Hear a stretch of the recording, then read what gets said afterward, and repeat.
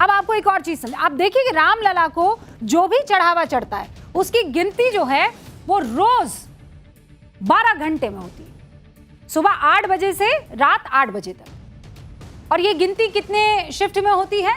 ये गिनती होती है 2 शिफ्ट में। मतलब ऐसे समझ लीजिए, सुबह 8 बजे से दोपहर 2 बजे, ये पहली टीम है, ठीक है, यानी टीम 1। उसके पास ये 2 शिफ्ट में चढ़ावे की काउंटिंग होती थी। चढ़ावा गिना जाता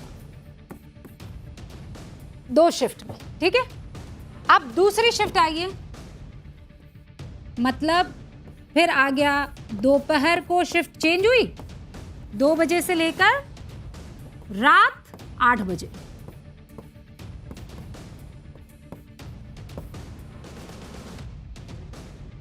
ठीक है, हाँ, गिना जाता है। सुबह 8 बजे से दोपहर 2 बजे तक एक टीम गिनती, दोपहर 2 बजे से रात 8 बजे तक दूसरी टीम गिनती। और इसीलिए क्या निकल कर आया?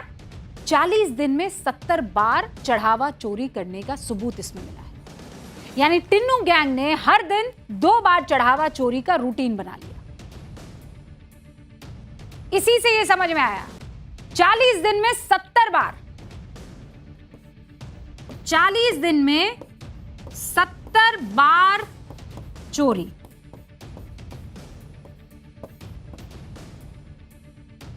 और बकायदा शिफ्ट में चोरी होती थी, इसीलिए 40 दिन में 70 बार चढ़ावा चोरी के सबूत भी मिले हैं।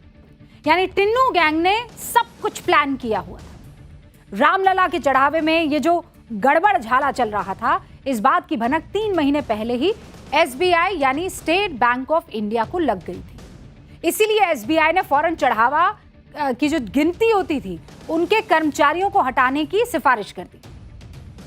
और इसके बाद आउटसोर्सिंग की गई कंपनी की। उन संदिग्ध कर्मचारियों को हटाने की प्रक्रिया भी बाकायदा शुरू हो गई, लेकिन ट्रस्ट के पदाधिकारी चढ़ावा गिनने वाले कर्मचारियों का बचाव करते रहे। और आउटसोर्सिंग ये जो कंपनी की गई थी, एक भी कर्मचारी को उस कंपनी से हटाने नहीं दिया। यानी सब कुछ जानते हुए भी ट्रस्ट ने अनुकल्प मिश्रा, लवकुश मिश्रा, मनीष यादव, रमाशंकर मिश्रा, अविनाश और करुणेश शुक्ल को चढ़ावे की गिनती वाले काम से नहीं हटाया। एसबीआई ने इन सभी की भर्ती एक आउटसोर्स कंपनी के जरिए कराई थी। और मजे की बात यह है कि भर्ती बैंक ने कराई, आउटसोर्स एक तीसरी कंपनी ने किया, लेकिन सिफारिश ट्रस्ट के लोगों की चली। और इसीलिए आउटसोर्स करने वाली कंपनी ने उन्हीं लोगों को चुना जिनकी सिफारिश की गई थी और जो ट्रस्ट के पदाधिकारियों और कर्मचारियों के रिश्तेदार और करीबी थे। और यह हम पहले भी बता चुके हैं। इतना सब कुछ जानकर एक बात तो साफ हो गई है कि ट्रस्ट के पदाधिकारियों को यह पता था कि चढ़ावा चोरी हो रही है, वो फिर भी चुप रहे। और जिसने क्लेंस करने की कोशिश की सिस्टम को, उसकी भी नहीं सुनी, बल्कि चढ़ावा चोरी करने वाले आरोपियों का ट्रस्ट संरक्षण करता रहा। क्योंकि अगर बैंक की सिफारिश ट्रस्ट ने मान ली होती तो चढ़ावा गिनने वाले सभी कर्मचारी हटा दिए गए होते और चोरी रुक जाती। ये तो ट्रस्ट का वो खुलासा। अब ट्रस्ट के बाद देखिए कि कैसे एसबीआई के अधिकारी भी आंख मूंद कर बैठे रहे, जबकि उन्हें 3 महीने पहले ही ये भनक लग चुकी थी कि चढ़ावा चोरी में गड़बड़ी हो रही है।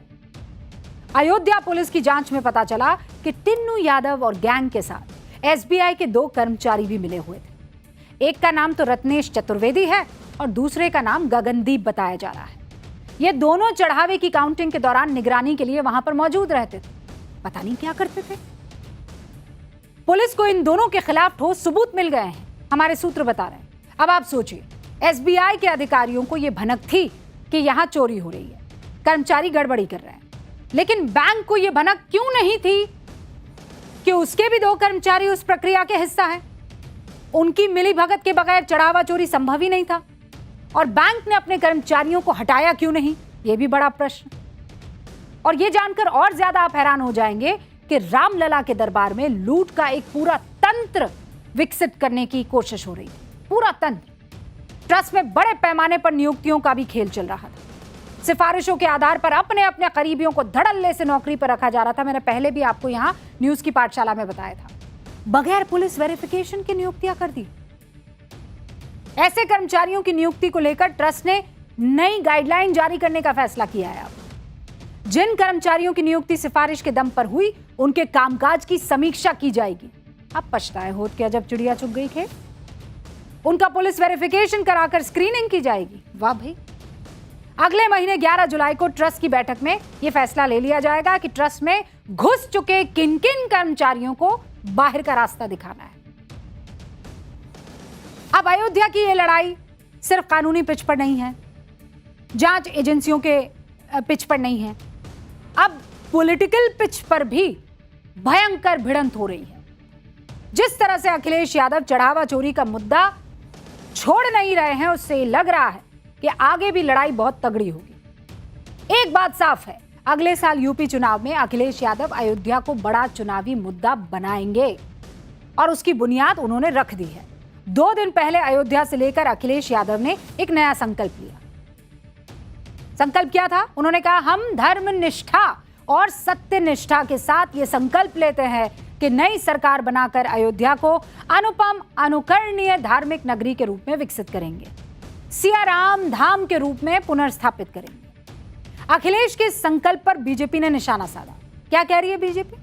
कि अखिलेश यादव अब यह एहसास कर चुके हैं कि राम के बगैर उनकी राजनीति या राजनीतिक नैया पार हो ही नहीं सकती। इसीलिए अखिलेश यादव चुनाव से 1 साल पहले अचानक अपनी पॉलिटिकल पिच बदल रहे हैं। बीजेपी का आरोप है कि समाजवादी पार्टी जनता की नजर में धूल झोंकने के लिए तुष्टीकरण की पिच छोड़कर अब हिंदुत्व की पिच पर शिफ्ट हो गई है। योगी आदित्यनाथ ने अखिलेश की इस बदलती विचारधारा पर कुछ कहा, वो मैं आगे बताऊंगी आपको, लेकिन पहले देखिए क्या वाकई अखिलेश यादव हिंदुत्व की पिच पर शिफ्ट हो गए। ऐसा क्यों कह रहे हैं? क्योंकि 2013 में अखिलेश यादव ने अपनी सरकार में हमारी बेटी उसका कल योजना चलाई थी। 10वीं पास करने वाली सिर्फ मुस्लिम और अल्पसंख्यक समुदाय की बेटियों को पढ़ाई या शादी के लिए 30,000 रुपए की मदद दी जाती थी।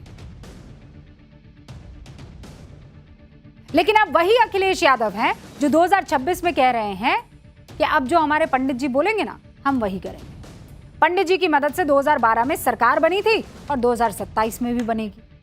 2013 में अखिलेश यादव ने अपनी सरकार में वाराणसी के संकट मोचन मंदिर पर हमला करने वाले आतंकियों के खिलाफ केस वापस लेने की सिफारिश की थी। और अब 2026 में वही अखिलेश जी जो जेठ के बड़े मंगलवार के दिन भंडारा कर रहे हैं, बजरंग बली की पूजा कर रहे हैं, तो बीजेपी हमलावर हो रही है।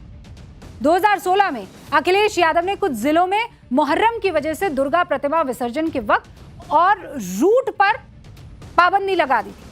तब हिंदू संगठनों ने अखिलेश पर अल्पसंख्यक समुदाय को तरजीह देने के आरोप लगाए थे। 2026 में अखिलेश यादव अभी कह रहे हैं कि श्री रामचरितमानस हमारी सौहार्दपूर्ण संस्कृति का संविधान है। मतलब बीजेपी ये आरोप लगा रही है कि ये पिच कैसे बदली है।